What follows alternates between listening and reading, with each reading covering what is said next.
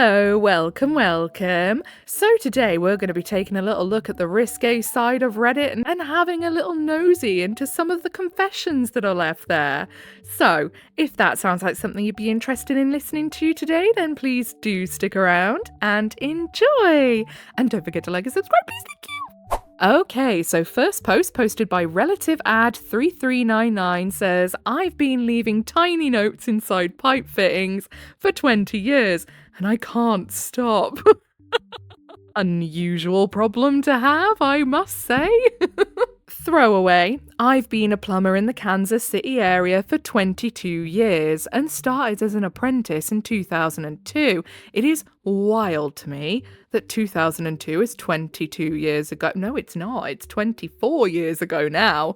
Goodness me. When I was 19, I'm good at my job. Licensed, insured, built my own company, and employ 4 guys now. Props to you. Yes. Round of applause. Well done. I'm a normal person and go to church sometimes. I drink Miller Lite and watch the Chiefs like everybody else, okay? But for 20 years, I've been leaving notes inside pipes like little pieces of paper that are rolled up tight and wrapped in electrical tape so that they last. I slip them into fittings, behind access panels, inside walls right before the drywall goes up, like places no one will find for years or decades maybe, or maybe never. I've done probably 3,500 jobs in 20 years. Residential, commercial, remodels, new builds, and I've left probably 4,000 plus notes. Kansas City, Overland Park, Olathe? I don't know.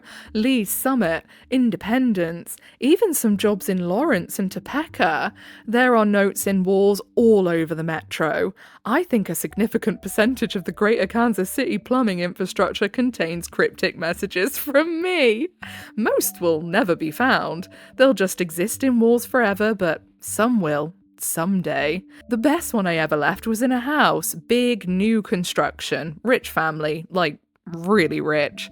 I was doing the rough-in for a basement bathroom and I left a note that said that there is no treasure here. Stop looking. Then I left another note 6 feet away that said, you're getting warmer. And then another by the sump pump that said, cold. Very cold. There's no treasure. But if someone ever finds all 3 notes, they're going to be hunting through the basement for years. I think about it a lot, and I hope they find them in the wrong order.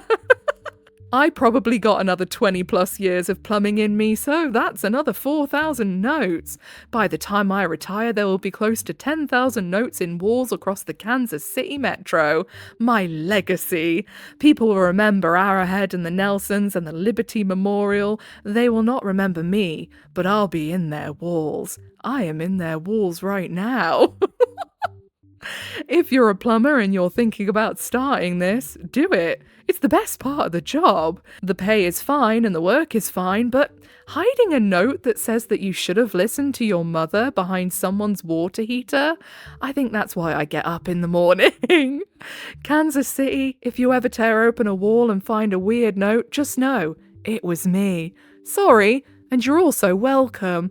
Also, check the scroll space. Don't actually. There's nothing there. Or is there? Oh, I love that. Just a harmless little way to brighten your own day when you're on the job. Why not? So, down in the comments, Listen to Siegfried says, when I was doing a demo years ago on an older house, I found a couple of old Matchbox cars hidden in the wall.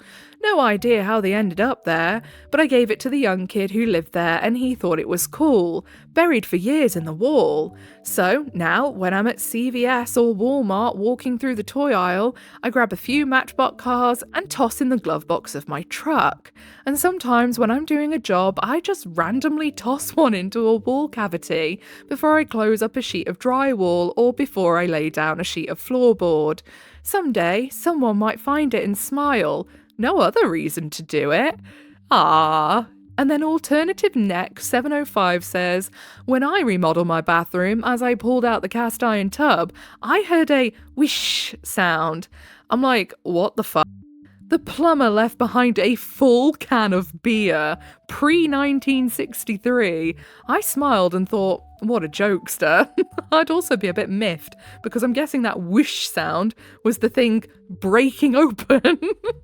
So, next post, Mr. Potato PC Gamer says, I have been faking my voice for 4 years in front of my friends. When I was a little kid, I used to talk with my nose. I was a nasal speaker.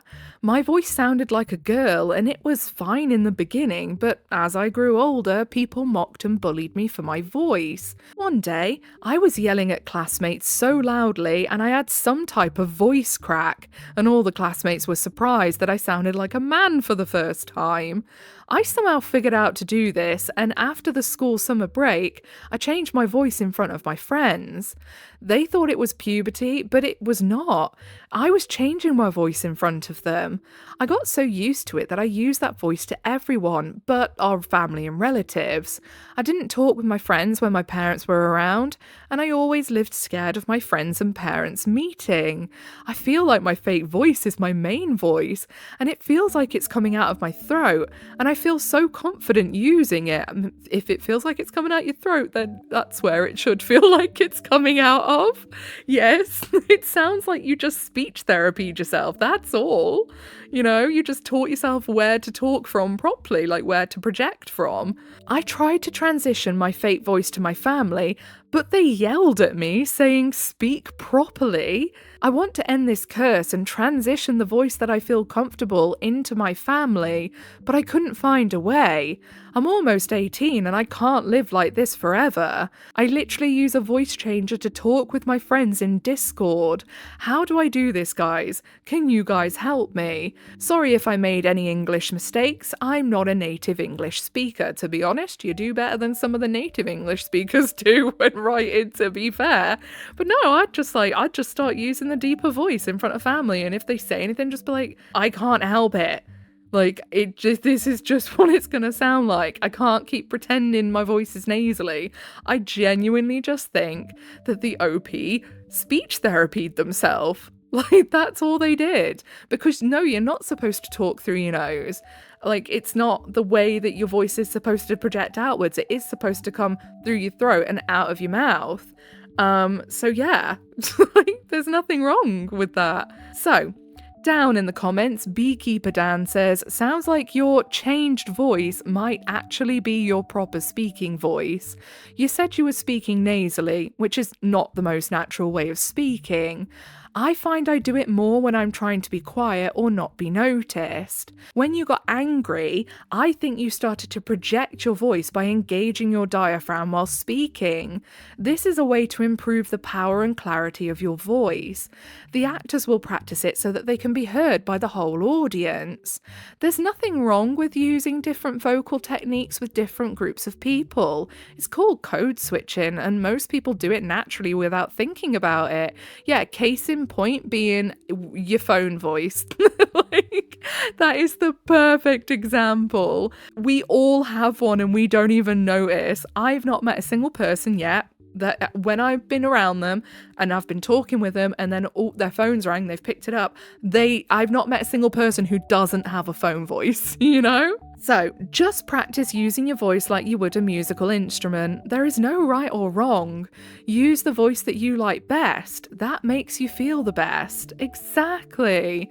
And honestly, I genuinely do think that this is a natural progression for a lot of people, like, because when you are a kid, a lot of kids talk very nasally out their noses, and as you get older and your lungs get bigger and your muscles, like this commenter said, your diaphragm engages more and you learn to use your diaphragm more when you're speaking, your voice changes, especially for guys, obviously. You know, once those little pebbles drop, it all gets a little bit strange for a while, and then suddenly you have a deep voice. Like, some deeper than others, true, but most of the time voices change. Even women's voices change. Like, me and my sister, we both have, I don't know, what I suppose would be classed as deeper voices for women, but if you see videos of us when we were like 12, we sound really weirdly high pitched, and it's so strange to see, I must say. Okay, next post posted by BBJ999. This happens to me a lot when I fly, and I don't do anything about it. I travel a lot for work, so I'm in and out of planes. Anyway, I tend to get super gassy as we go up in elevation, which makes sense with the pressure changes. Well, yeah, I suppose so. I just let them out and I don't get up or anything. I just fart. Normally, I would say it's just air with the pressure changes and it's mostly unnoticeable. However, the reason I'm posting and confessing this today is because recently I let one out and it was very bad. Extremely bad. My diet is not crazy either and pretty consistent, so I'm not sure what caused the terrible smell.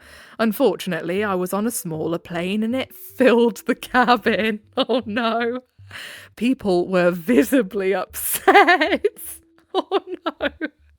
I'm not 100% certain of this, but I think the flight attendant notified the captain about a smell in the cabin. People were looking for blood. I did not admit it, obviously, and I played it cool. I know it's terrible, but I am who I am. Good day. I love how this OP has just come to drop that little bit of nugget of information on us and left. Just like, I'm not going to explain myself. I'm not going to try and say that, oh, I must have had a dodgy meal. No, this is what I did. Have fun with that info. Oh my God. If I did that on a plane, though, I tell you now, I'd be looking around going, oh my God, who did that? I would not be copping to it either.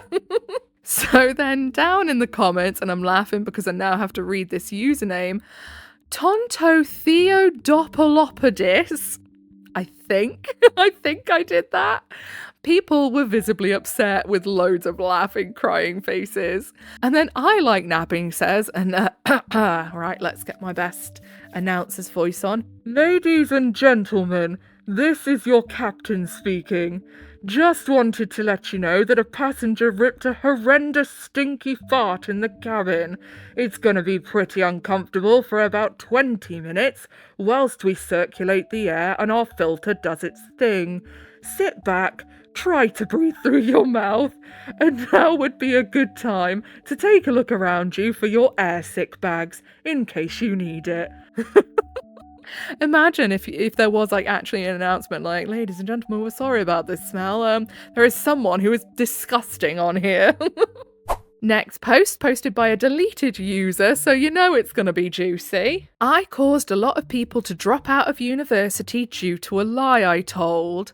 I started university in September 2019, and by March 2020, everyone had to return home due to COVID-19 restrictions. This meant that all exams, which would have otherwise been in person, were moved online and made open book. Our course, like many, had a Facebook group chat that was used for support, reminders, and sending memes.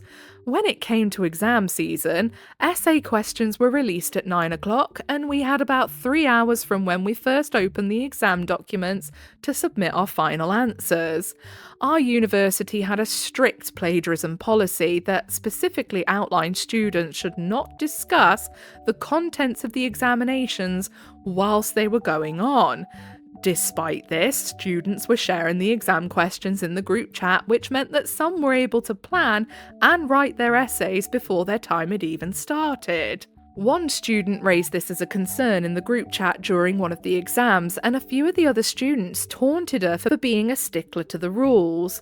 Without much thought, I went to our university's anonymous confession page on Facebook, this was not affiliated with the university, and submitted a confession saying that I had reported the whole group chat for cheating during an exam, and that it was academic misconduct, meaning that they would probably not pass the year.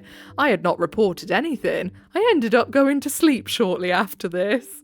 I woke up the next morning to over 500 messages in the group chat of people losing their shit. Over the next few days, the people who had been sharing the exam questions actually contacted the university out of concern and to defend their actions. Little did they know that the university was actually completely unaware, and they ended up incriminating themselves. The university sent out an email about this a few weeks later, and I'm aware of a handful of people that dropped out of university. That's wild.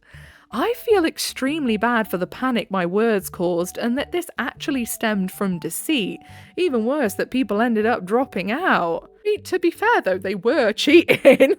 They were getting a head start by sharing the exam questions, and I don't quite understand how you can do an exam without invigilators watching. Do you know what I mean? That's how we always did exams. There would be, you had to do pen to paper in a room where someone could watch you to make sure you weren't cheating. Surely running exams where people are just sat at home at their own computers is a bit of risky business in the first place. Because yeah, people could just be Googling stuff and what have you. I feel extremely bad for the panic my words caused, and that this actually stemmed from deceit. Even worse, that people ended up dropping out. So, down in the comments, Princess PK475 says, I mean, to be fair, as an academic, plagiarism rules exist for a reason. You did disservice to those who were cheating, but those who were cheating were doing a massive disservice to their own selves and to the professionalism of the field as a whole. I don't want to work with anyone who claims to be my peer and share the same standing as me who can't get their grades on their own merit, and I certainly don't want them out there claiming to be qualified when they couldn't even pass finals without cheating. This was savage, but they kind of brought it on themselves. I feel way worse for the girl called a stickler for the rules, because I bet that she took the flak for being the snitch rather than applauded for having integrity. Oh yeah, I hope not. I really hope not. And then the OP replies saying, I'm actually very good friends with her now. I told her about this a few years after the fact and she found it hilarious, luckily. Thought she'd punch me. Yeah, I mean, top and tail of it is, if you don't want the chance of getting caught out cheating, don't cheat. It's as simple as that, I suppose. Yeah, the OP didn't need to go and do that, but the others didn't need to go and do what they did. They knew the rules around plagiarism and cheating, so it's one of them, isn't it, really? Okay, so we've got a little bit of time left, and I have a post left over from Today I Effed Up from a while ago, so I'm going to read that today. So this one was posted by Gem7118. Today I effed up by not washing my straws for 9 years. It's been a few days and my stomach has settled enough to share my F up. I would also like to preface this that I am in my 30s, of good hygiene. I did not think I was an idiot before this. I do now. In 2017, when plastic straws got banned, my friend and I got matching reusable metal straws with a little phrase etched on them. Our master plan was to take them out with us to pubs, etc., to avoid the floppy paper straws of sadness. Now, as you can imagine, that happened once. And to be honest, I'm not gonna lie, I'm not sure on how smart it is to be drinking alcoholic drinks, if that is what you were drinking, with a metal straw. Has nobody seen the damage that could possibly happen if you fell with one of those in your mouth? Does not bear thinking about. Oh. However, my daughter and I love an iced coffee. We have a pretty good setup at home with an ice machine, coffee machine, syrups, etc. The fateful metal straw makes an appearance alongside its new metal straw friends multiple times a day. After it's used, it's rinsed with warm soapy water and left to dry, ready for its next iced delight. Wonderful! About a week ago I thought my coffee tasted off. Stale. Something was not quite right. One close sniff of the straw confirmed my stomach flip. It smelled damp, musty, earthy. I ordered some straw cleaners. Now, here is where I absolutely fucked up. A normal person would have cut their losses and tossed it. Living in my delusion that I had not been sucking on a mouldy straw would have been delightful. Instead, I used this straw cleaner, which with one gentle push into the top, came out completely black. thick chunks of black mold fell into the sink, forever tating using straws ever again. Every single one of these metal straws, black mold inside, and not just a little sprinkling. Think an ecosystem of black death. Generations of mold have gathered here at the mecca of Fusty straws. Honestly, why, when people get these reusable straws, and I've heard this said by a few people online about using these straws, why would you not think to get a brush to clean the inside? Why would anyone think just running it underwater is enough? It is not enough. It is never enough. So, I share this as a warning for anyone like me who thinks rinsing a straw is enough. It absolutely isn't. TLDR, I used a metal straw for 9 years, only rinsing it before getting a straw cleaner and removing 9 years of chunky black mold that I had been enjoying with my daily iced coffees. Excuse me, I feel nauseous. So, down in the comments, Socanas says, bro, you need to clean your utensils after usage. Always. And then Look Season, this is a non-negotiable. Leaving gunk on your tools is culinary heresy and a public health announcement nobody asked for. Wash your damn gear. And then Frosty Cupcake says, culinary heresy absolutely sent me. But yeah, this is one of those posts that immediately makes you stare suspiciously at everything in your kitchen. Suddenly I am side-eyeing my water bottle like it owes me money. Okay, I think that's all we've got time for today. If you made it all the way to the end with me, I appreciate you very, very much. If you give it a little like, subscribe, notifications on, that is your initiation into the common avoid. Welcome! Whatever it is you're doing for the day, I hope you have a really good rest of the day. Goodbye!